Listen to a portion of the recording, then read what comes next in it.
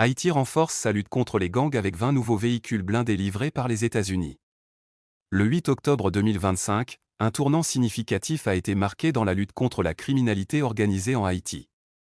Les États-Unis ont officiellement livré aux autorités haïtiennes un premier lot de 20 véhicules blindés, destinés à la Force de répression des gangs, FRG, récemment mise en place pour faire face à l'expansion croissante des groupes criminels dans le pays. Cette livraison s'inscrit dans le cadre d'une coopération internationale visant à renforcer la sécurité intérieure et à permettre à la Police nationale d'Haïti, PNH, de reprendre le contrôle des zones dominées par les gangs. La FRG, dont la création a été soutenue activement par les États-Unis et d'autres partenaires internationaux, notamment le Panama, a pour mission principale de lutter contre les gangs armés et le terrorisme urbain qui sévissent principalement dans la capitale et ses environs. Selon les estimations officielles, ces groupes criminels occupent actuellement jusqu'à 80% du territoire de Port-au-Prince, rendant certaines zones quasiment inaccessibles aux forces de l'ordre traditionnelles.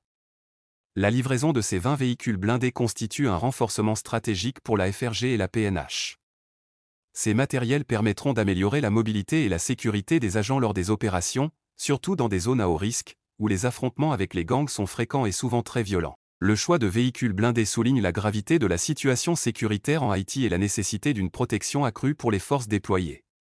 L'ambassade des États-Unis en Haïti a confirmé cette remise sur ses réseaux sociaux, précisant que ces véhicules s'inscrivent dans une série d'aides matérielles et logistiques destinées à moderniser et à renforcer les capacités de la FRG. Cette initiative fait partie d'un plan plus large visant à créer une force mixte, composée de policiers haïtiens et de militaires, capables d'intervenir rapidement et efficacement contre les groupes criminels les plus violents.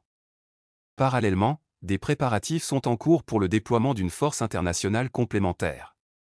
Selon des informations rapportées par l'AFP et d'autres agences guatémaltèques, 150 militaires du Guatemala suivent actuellement un entraînement intensif à la caserne Mariscal Zavala. Leur participation pourrait intervenir dans le cadre d'une force combinée de 5500 policiers et militaires, destinée à soutenir la FRG dans ses opérations. Cette coopération régionale montre l'importance accordée à la stabilisation d'Haïti et la volonté des pays voisins de contribuer à la restauration de l'ordre dans la région. L'ensemble de ces mesures traduit une stratégie coordonnée pour réduire l'influence des gangs, sécuriser les quartiers sensibles et restaurer la confiance des citoyens dans les institutions de l'État. Néanmoins, le succès de cette initiative dépendra non seulement de la qualité des équipements fournis, mais aussi de la formation, de la coordination et du soutien continu aux forces locales. La route vers une Haïti plus sûre demeure encore longue, mais ces premières actions concrètes, symbolisées par la livraison des véhicules blindés, marquent un pas important vers la reconstruction de la sécurité nationale.